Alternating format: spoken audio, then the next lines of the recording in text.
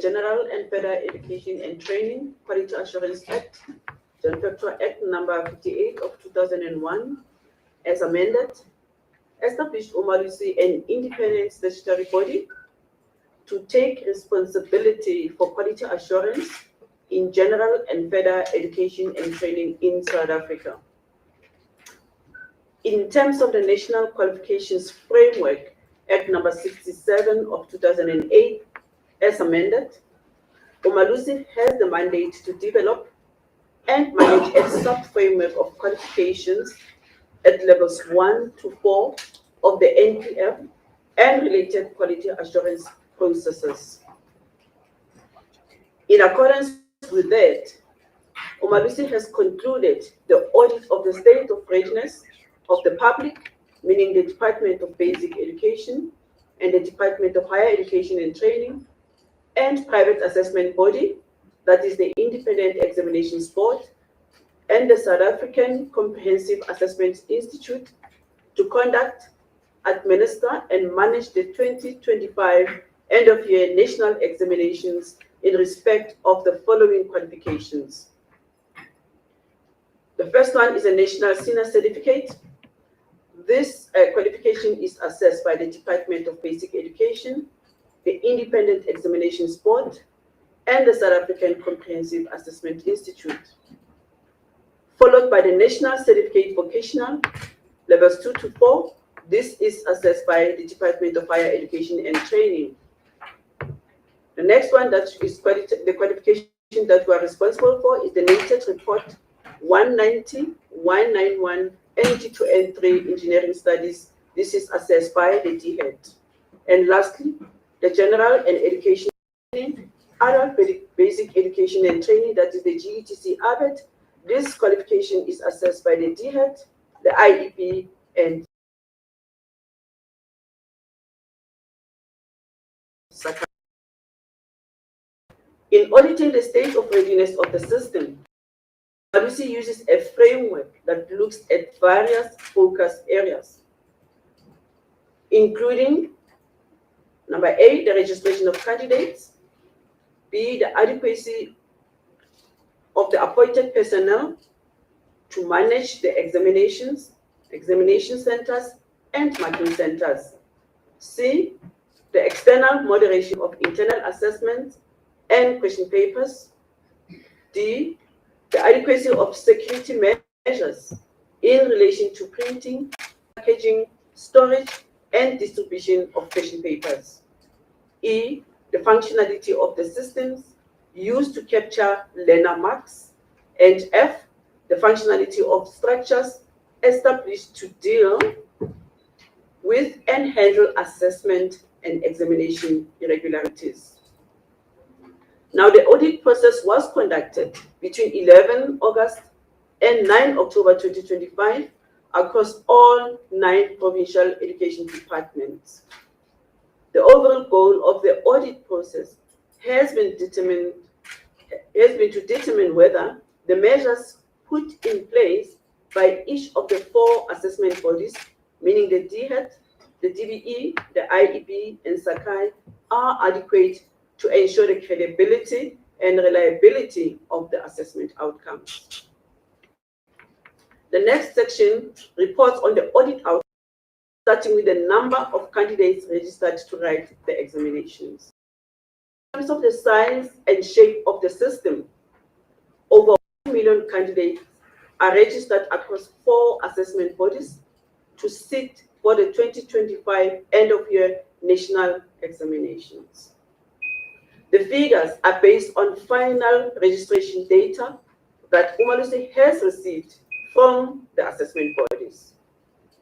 The breakdown of the candidates by qualification and assessment body is as follows. For National Senior Certificate. Now, I'll give you the stats of the Department of Basic Education and Department of Basic Education. Now, the department has registered 766,543 full-time candidates.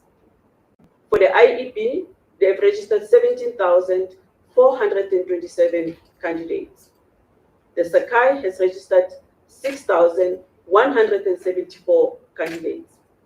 In total, 790, 144 national senior certificate candidates have been registered for the 2025 end of year examinations. Coming to the National Certificate Vocational Level 4. This qualification is assessed by the Department of Higher Education and Training, and in total, 40,822 candidates have been registered for this examination. The next examination is the NATED Report 190, 191, and 3 Engineering Studies. For this qualification, the registration process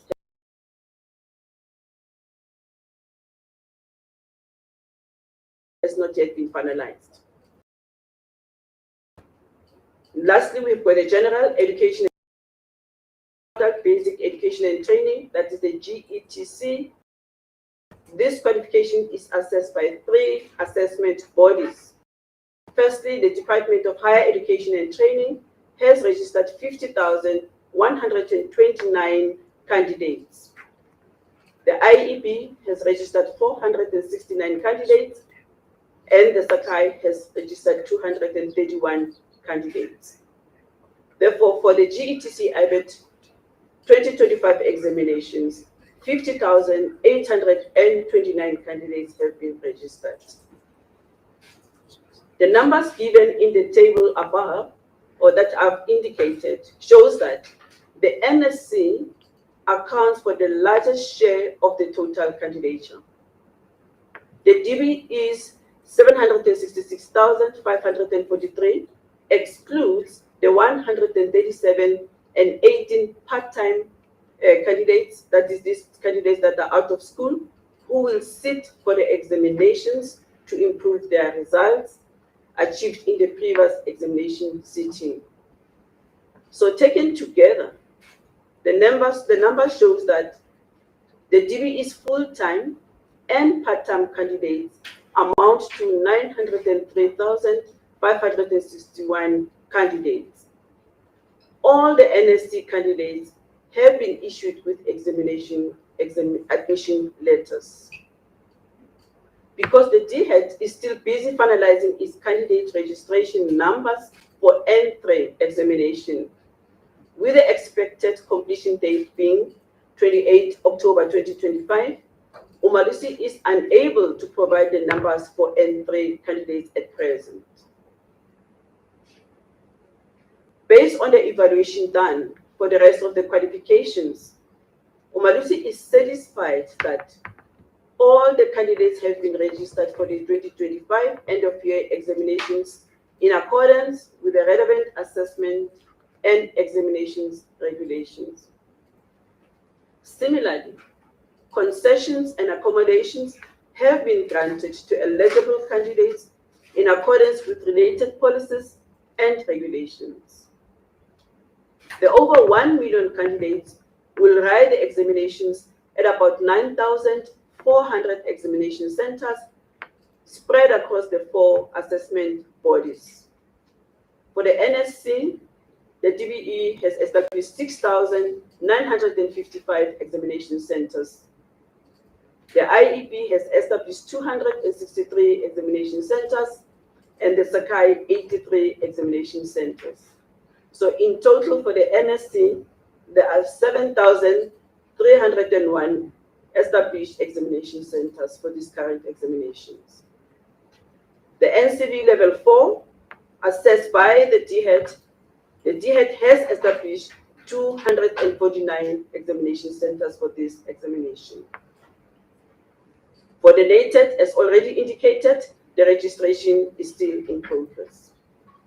The GETC ABET, for the DHET, it has established 1,475 examination centers.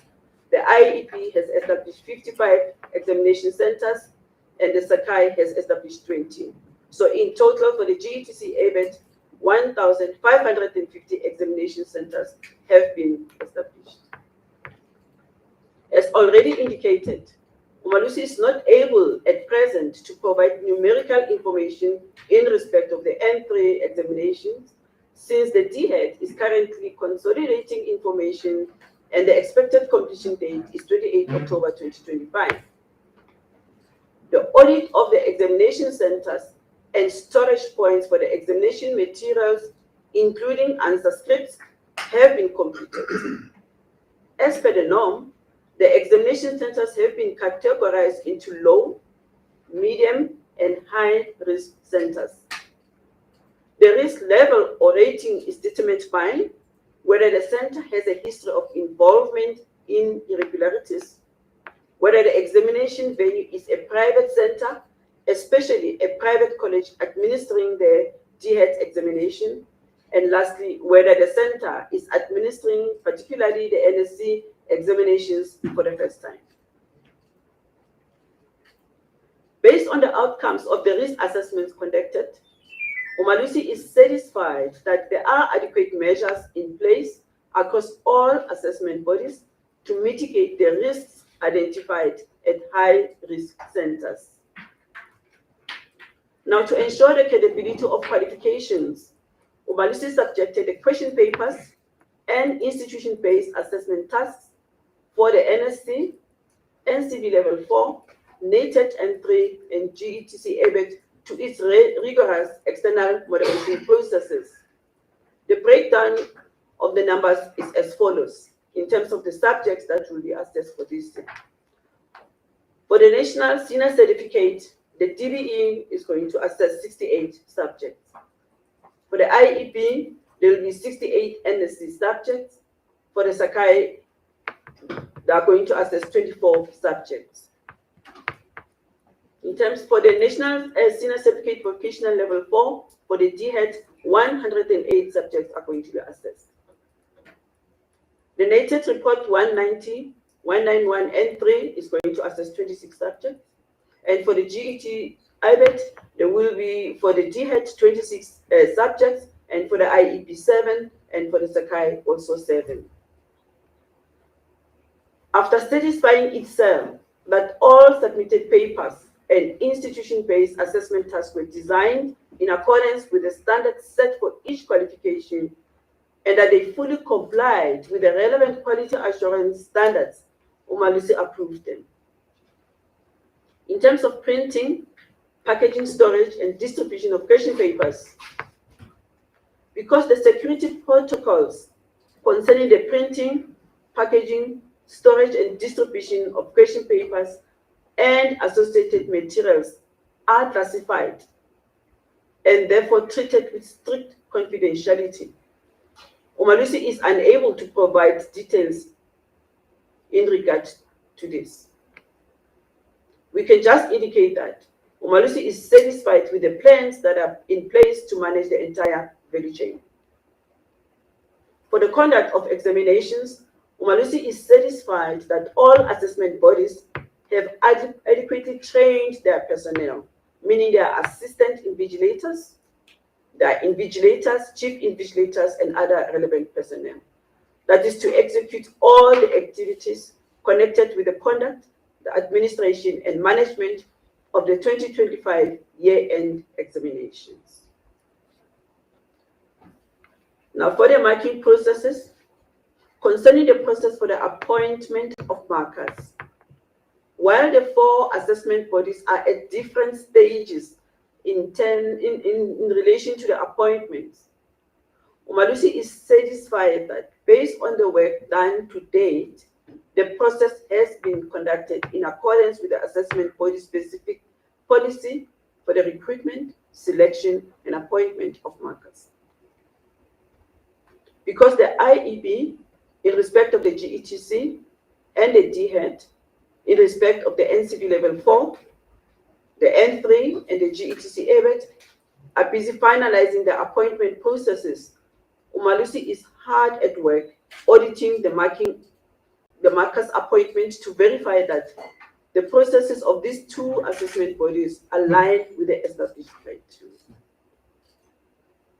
Whereas Umalusi has identified a shortage of markers in certain of the DBE subjects, namely history and paper 3 and first additional languages based on the reports submitted.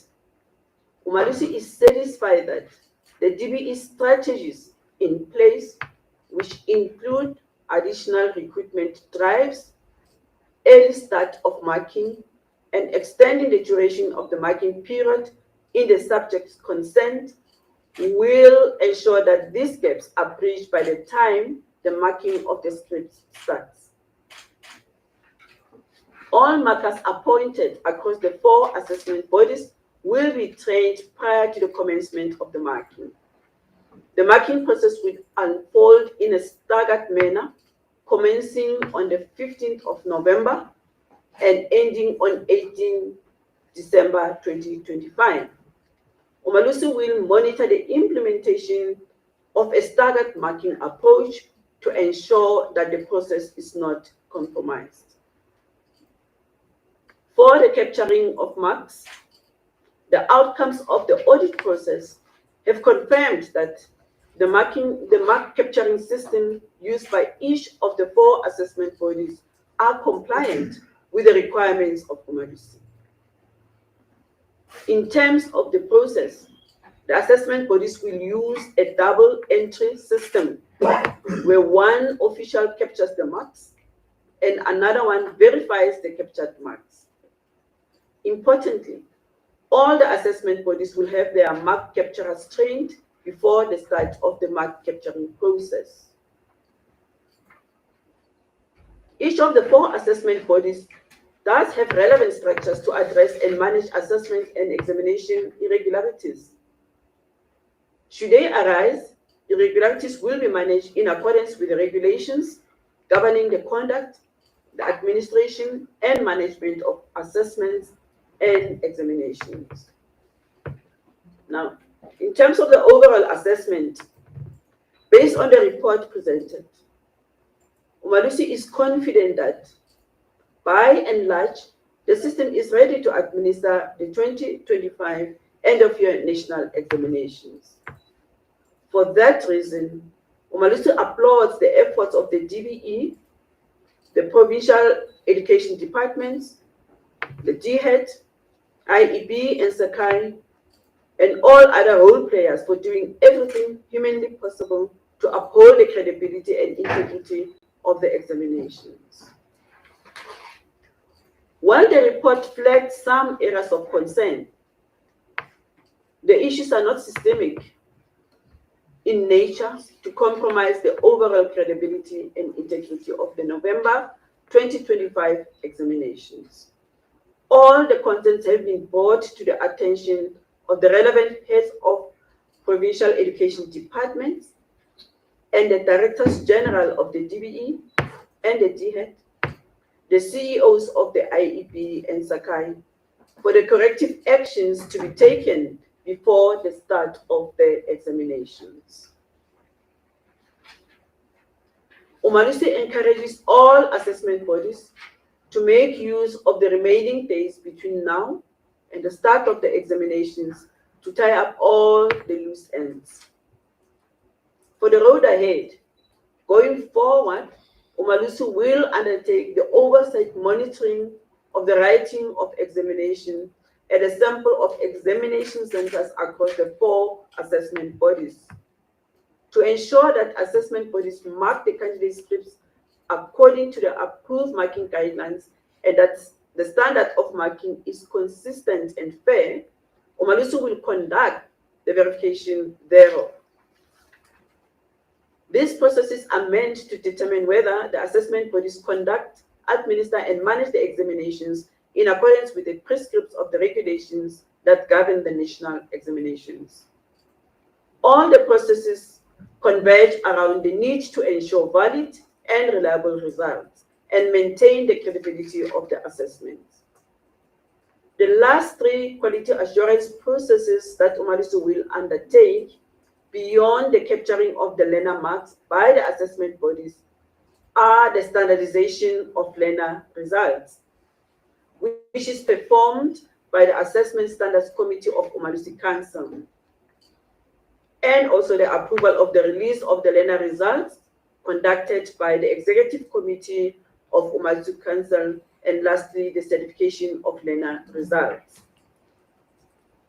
The approval decisions of the ExCo of Council will be communicated publicly during a media briefing on 9 January 2026 at Umalusi. In approving the release of learner results, Umalusi confirms that the assessments leading to such certification was of the required standard across all qualifications for all examinations conducted. Finally, Umalusi will issue certificates to successful candidates within 3 months of the approval of the release of results by ExCo.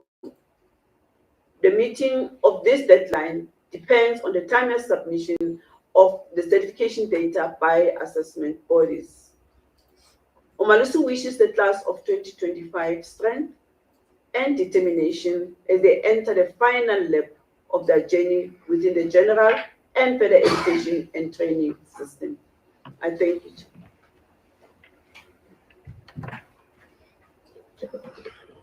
Thank you, Dr. Liwayo. Having listened to the statement, I'll now hand over to the CEO to give us the marching orders. CEO, over to you. Thank you very much, Dr. Liwayo, and thank you once again, Program Director. The report presented by Dr. Liwayo makes it clear that by and large, the system is ready to do the conduct, administration, and management of the 2025 end-of-year national examinations. For that reason, I can report to the public that by and large, the system is ready to administer the 2025 end-of-year national examinations. The highlighted areas of concern are not systemic and therefore will not put the overall credibility and integrity of the 2025 examinations in jeopardy.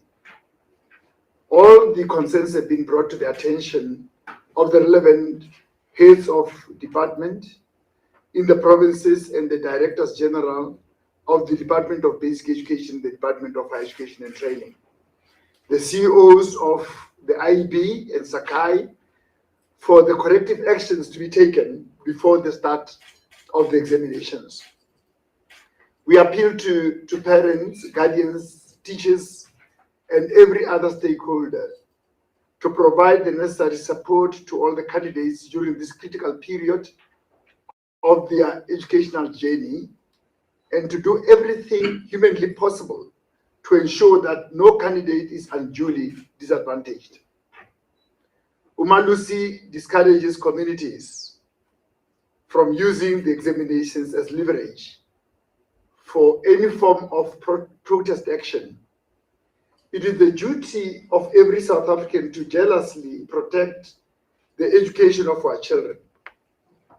Umalusi will deploy its officials to monitor the conduct of the examinations to ensure full compliance with the relevant regulations. Concerning assessment and examination guidelines, we would like to issue a stern warning to all learners and teachers alike to refrain from involvement in any form of irregularity or cheating during these examinations. Umalusi berates and condemns this criminal practice with the contempt it deserves. Cheating compromises the integrity of our national examination system, which we are mandated to jealously protect as a quality council. We sincerely hope that the persistent phenomenon of teachers and principals refusing to allow registered candidates to write examinations in particular subjects will be a thing of the past. As we have said before, this unlawful practice is motivated by the desire to improve results. To curb it, Umalusi advises learners and parents or guardians to immediately report such incidents to the relevant authorities. Umalusi applauds the efforts of the Department of Basic Education, provincial education departments, Department of Higher Education and Training, the Independent Examinations Board, the South African Comprehensive Assessment Institute, and all other relevant stakeholders for doing everything humanly possible to uphold the credibility and integrity of the examinations. Finally, Umalusi wishes the class of 2025 strength and determination as they enter the final lap of their journey in the general and further education and training system. I thank you. Thank you very much. Thank you very much, CEO. Thank you very much, Dr. Liwayo. Colleagues, that's the message of Umalusi in respect of the 2025 year-end examinations. We are now going to allow everybody in here and those on the platform to ask questions, make comments, and the colleagues to my right will respond to all those questions. I'm sure those of us who are here know how the mic works. If you want to talk, you just turn on the mic. Some of the mics will be green, and as soon as it turns red, that means you're the first one to speak. Can I see hands? And Tavi and Spiva, you will assist me with questions from the online participants. And I see Shoni's hand. You can just turn on the mic next to you.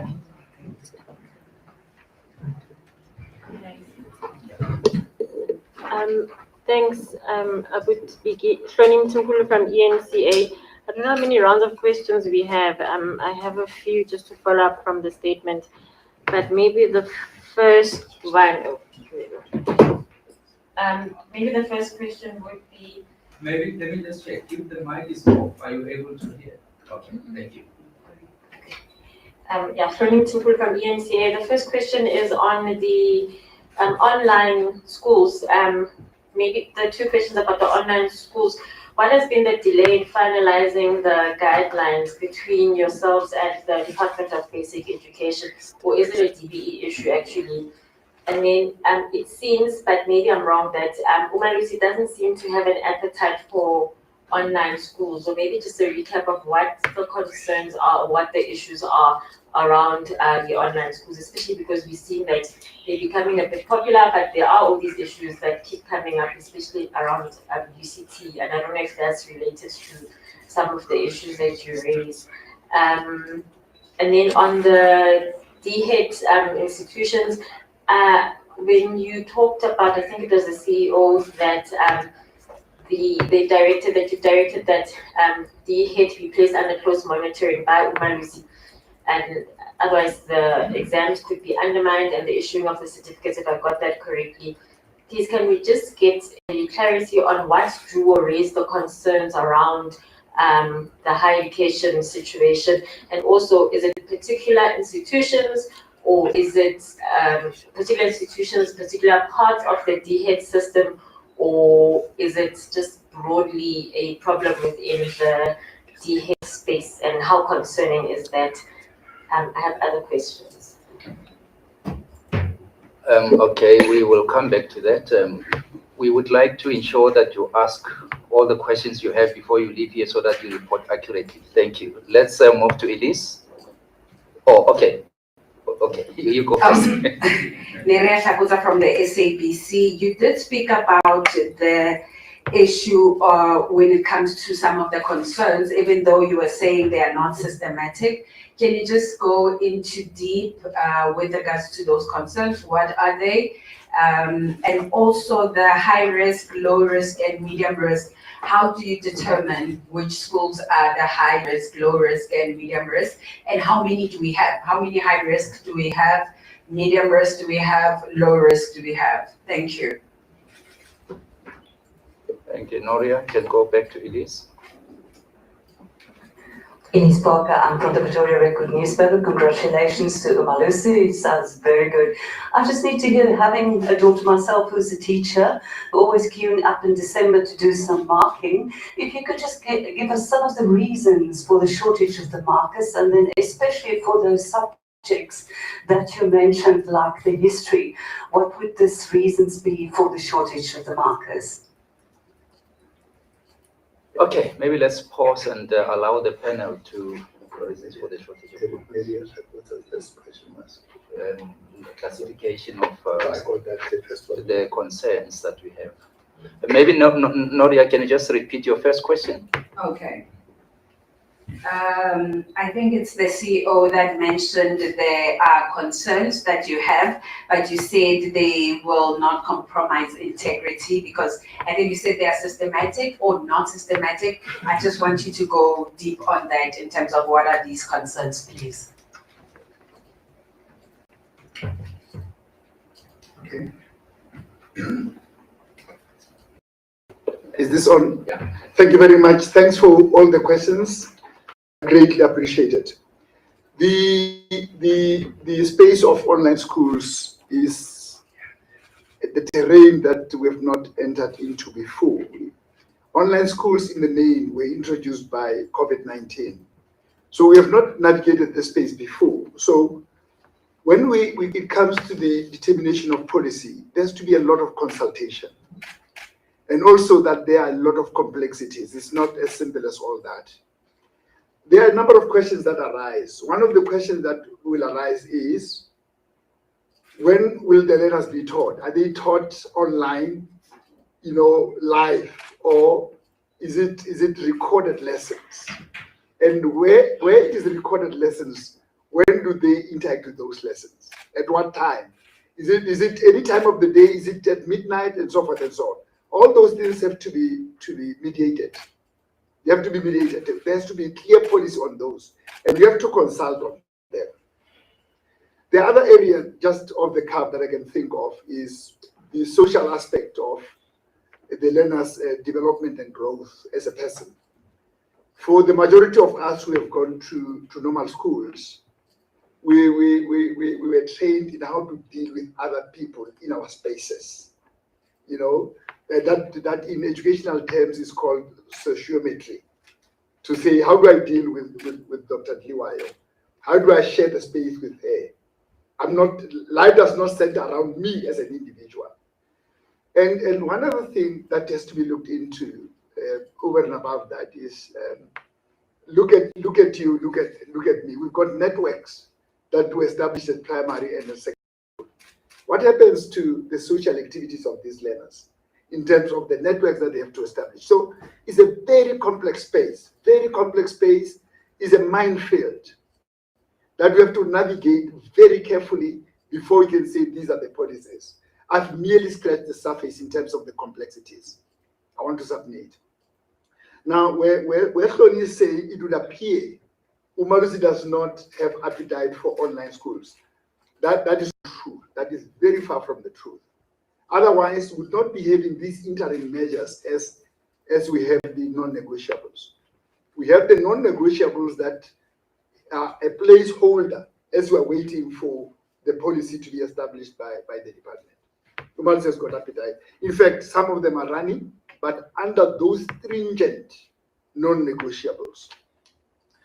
On the question of the close monitoring of the Department of Higher Education and Training, Umalusi is on record during the approval meetings where we said the department has administered a wrong question paper, system-wide.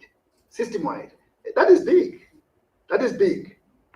And in 2 years, I can't remember the years, but even in 2 years this year, the students had to come and rewrite the paper because they've been given a wrong question paper. The challenges are many. That is why we've had to engage in this kind of close monitoring. I can just cite one example of what comes to mind. The late start of marking, for instance.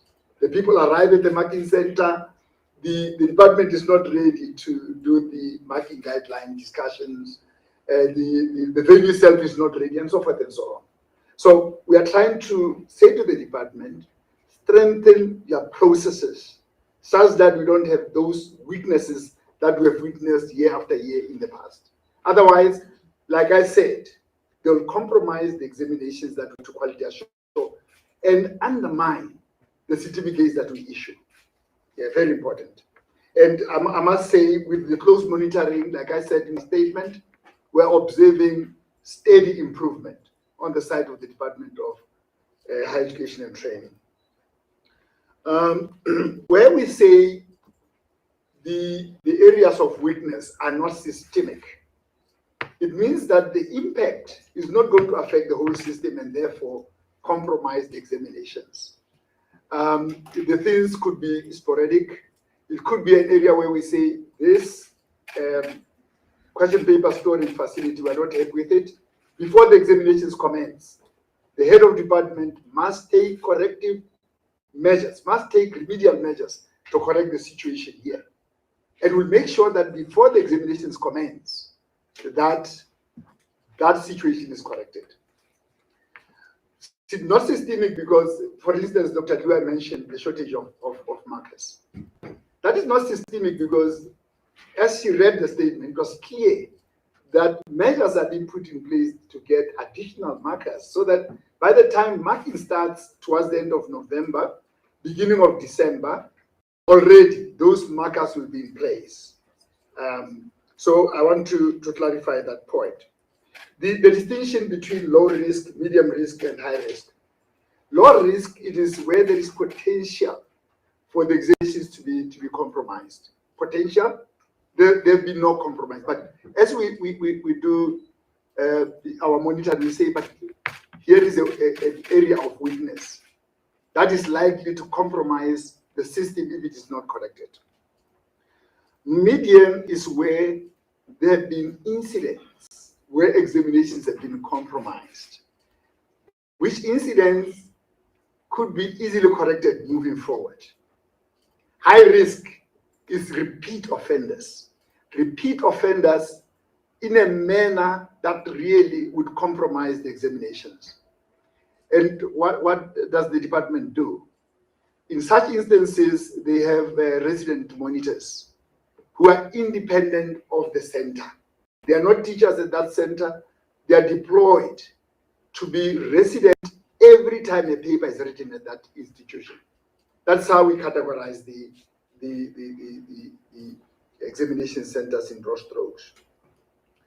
The question about the shortage of markers, as given by the colleague from Record, I missed your name, I must apologize.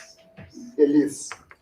Elise, what happens here is that for people to come and mark, one, they have to apply.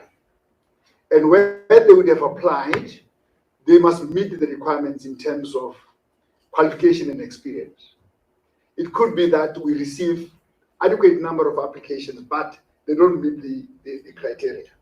It could mean that we do not have enough responses because people have to make a choice whether they want to be at home during the school holidays or they want to go and mark. So it is up to the department to re-advertise and persuade people to apply. And even when we get the pool of people who have applied to come and mark, you still have to tick the boxes whether they qualify, they meet the criteria, and only then can we engage them. So it is quite a long process where we have shortages, and we are going to make sure that nobody touches the scripts of the learners when he does not have the requisite qualifications and experience to mark. Mr. Potter?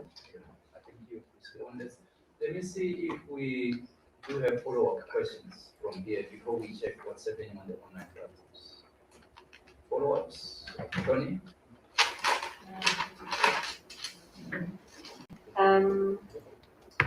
It was the very last thing that was said about clarity, just on when you say that some schools stop, Dr. Rako mentioned that some schools will stop some learners from writing their exams because they want to improve their results. Can we just get clarity on that? Who does that and why? And then, sorry, my first question about the delays in finalizing the framework with the DBE. Just a comment on that. I'm not sure that came across at the beginning. Framework for the online. What is the question? So what has been the delay in finalizing the guidelines for the department? Okay, delays, okay.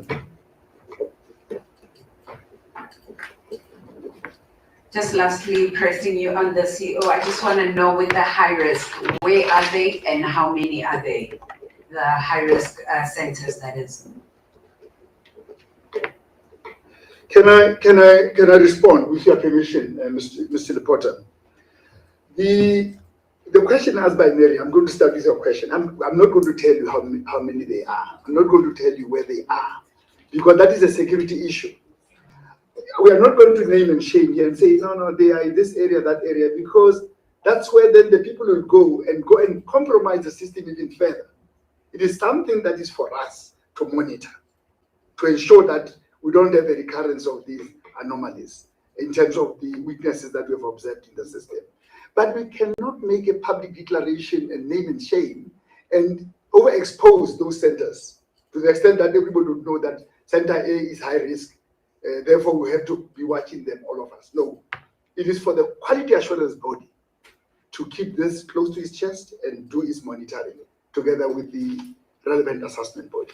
So I'm not going to disclose, madam. I'm not going to disclose. When it comes to culling or stopping learners from writing, we have observed a phenomenon of school principals, and sometimes the district officials will also cooperate with them in this regard, to say learner A, B, and C are weak in these subjects. Therefore, we're not going to allow them to write lest they affect the results of the school. And we're not able to get the 80%, 90% that we need to get. Therefore, we are going to make these learners to write only 4 subjects, such that they are not counted in the overall pass percentage. That for me is criminal. It's criminal. If a learner is weak, it is the duty of the school, the principal, the teachers, to support that child to write the examinations at the end of the year and pass. Now, for you to say you're not going to write the subject is illegal. It's not allowed. Hence the appeal that if a parent or a learner faces such a situation, it is their duty to report to the officials. If not at the district, at the provincial level. If not at the provincial level, at national level. This practice cannot be allowed. Where people want to occupy a certain position in the league tables of the whole country at the expense of the future of learners, that cannot be allowed. That's what we're referring to.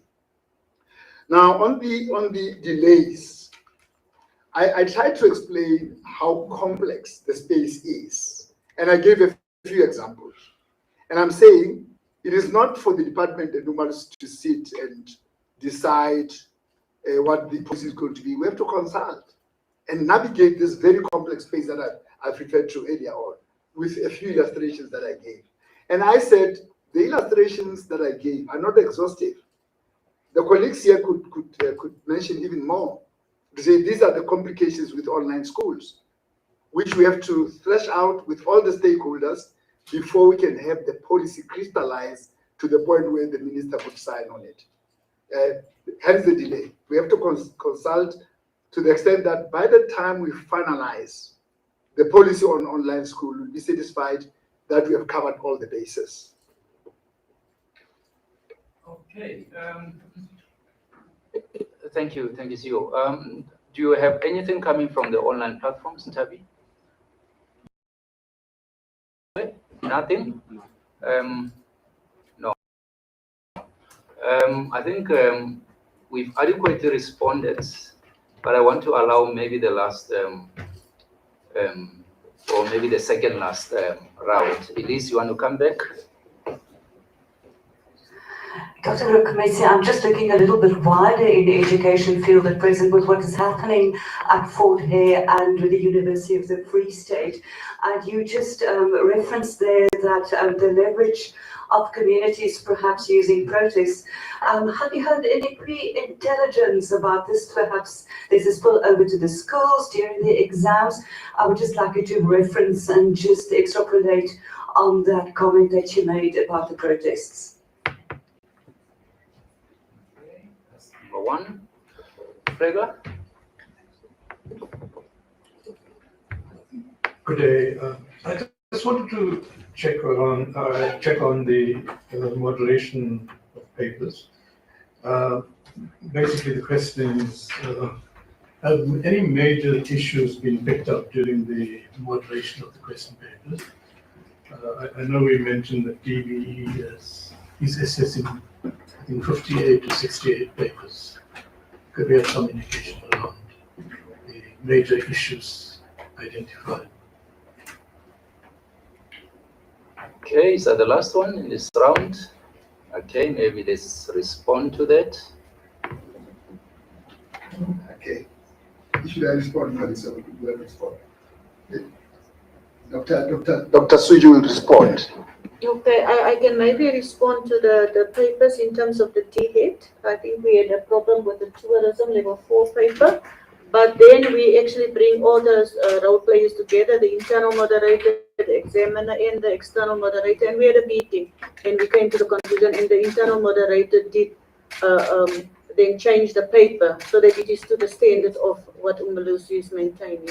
I also just want to say that at the end of the day, all question papers were approved by the external moderators of Umalusi. Thank you. Can I start where Dr. Suji has left off to say, in response to Prega, that in the normal course of things, there's moderation. And with moderation, the paper could be approved at the first iteration. But in some instances, it is at second iteration or third iteration.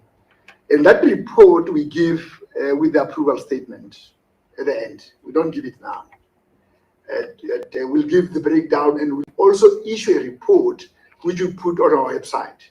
We may not have the details at the point of the approval statement, but of course, the report with specifics for the different assessment bodies at the subject will illustrate all those points, and maybe not for now.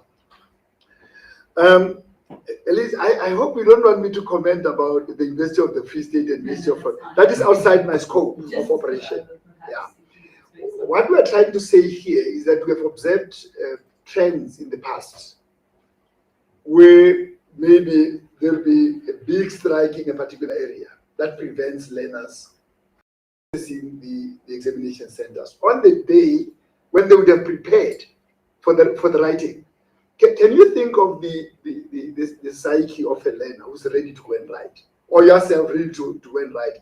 And here you come, the streets are blocked with burning tires, or you can't get transport because the taxis are on strike, or you are stopped by members of the communities who say, no, nobody's going to write examinations here. We cannot subject the future of our learners to such protests. That's the appeal.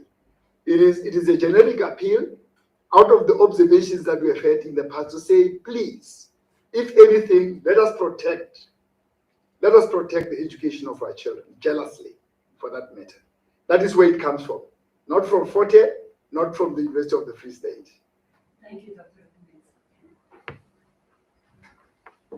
Does that cover it? Okay, Tony wants to come back. Yeah. Thank you. Maybe just a quick one. I believe last year some issues with the marking guidelines were flagged. I think it was like 44 something that was flagged. Can we just get clarity or an update just in terms of any issues with the marking guidelines before this year's exams begin? And then what was the other thing? And then just things like identity theft, is that an issue? People writing for others, are things like that an issue? And what is being done to make sure that my twin, for example, doesn't write for me, or things like that? Okay. Should I respond to you? Can I just say, we all understand what marking guidelines are. They are guidelines, they are guidelines, they are guidelines. In my day as a teacher, they used to be called memoranda. We now call them guidelines because there's some flexibility that comes into it. It's a guideline. And we are saying, because we are all professionals and experts in economics, if we are economics markers, accounting, they remain guidelines that have to be discussed and debated. And there could be a colleague who comes, for instance, in a subject like history to say, but a child, when he responds like this, he has to be credited. That has to be debated and mediated. But finally, Umalusi becomes the final arbiter to say, do we allow this answer to be marked correctly? At that point, that is communicated nationwide at all the marking centers, and then the same standard is maintained. So that there should be no contestation around those marking guidelines. What Claude is referring to with hair tweet writing for hair is what we call ghost writing. Now what happens is that in the school setting, the teachers will know the children, but even with that, the candidates still have to present their IDs and their documents to say, I've got my examination timetable, here is my ID. The teachers know the children. In the case of the private candidates, it becomes even more stringent. More stringent because those people are presenting themselves at the exam center for the first time. If you don't have your ID, you will not be allowed to come and write. Timetable with the subject that you have to write, plus your ID, so that there can be positive identification of the person who's going to write. Because if Dr. Kliwayo writes for me, for instance, accounting, and I pass with a distinction, when I go to do BCom at the University of Pretoria next year, I'm going to fail because it is Dr. Kliwayo who knows. I don't know. So there are those systems in place to ensure that we don't have ghostwriters in the system. I think we've covered a lot of ground. Umalusi is saying the system is ready. There may be issues based on the interactions that the Office of the CEO has had with the heads of the institutions responsible for the assessments and exams. We are confident that the identified issues would have been corrected by the time the examination starts. So this means we have now reached the end of our media briefing. The CEO is available, and everybody here have already received requests for one-on-ones. We are here, the CEO is here, we are available. Thank you very much, and to everybody on the online platforms, we thank you very much for carrying us to the South African public. Thank you very much. Before we close, I am now going to ask Dr. Suji to give Umalusi's closing remarks. Sorry, I forgot. Yeah. Thank you, Vicky. Thank you, Vicky. Thank you, Program Director. As we come to the end of our media briefing, it gives me great pleasure to extend our sincere gratitude to all of you for your presence at the State of Readiness media briefing. As the program says, my role is to thank different parties for their respective roles in getting us here today. Thanks are due to particularly the following people: our CEO, Dr. Marco Rakometsi, for providing visionary leadership and for steering this process. I convey a special word of appreciation to Dr. Mary Antoinette Liwayo and Mr. Dr. Pokwani and their respective teams for being the foot soldiers of Umalusi in this process. You worked hard, carrying out the essential and high-effort task of collecting information, synthesizing it to form the evidence that enable Umalusi to make the pronouncement on the readiness of the system to administer the 2025 end-of-year examinations. I also thank the public relations and communications as well as the ICT teams for working tirelessly to successfully deliver this media briefing to internal and external stakeholders. Similarly, I thank all the other Umalusi officials for their varied contributions. A special word of thanks to all assessment bodies for making sure that they deliver the examinations to the expected standard. Importantly, I wish to thank all the media houses for covering this briefing, thereby ensuring that the message of Umalusi reaches all stakeholders across the length and breadth of our country, South Africa. I would like to conclude by wishing the class of 2025 all the best as they prepare to enter a new journey of their lives. May you all have a safe journey as you travel back to your respective destinations. But before you leave, please join us for a finger lunch. Thank you. Thank you very much, Dr. Suji, for the votes of thanks, and thanks once more. So the finger lunch will be ready at 11:30. In the meantime, the CEO is available for you to engage with him and his panel. Thank you very much. In the meantime, we still have coffee and cheese outside. And yeah, Shoni, you have requested.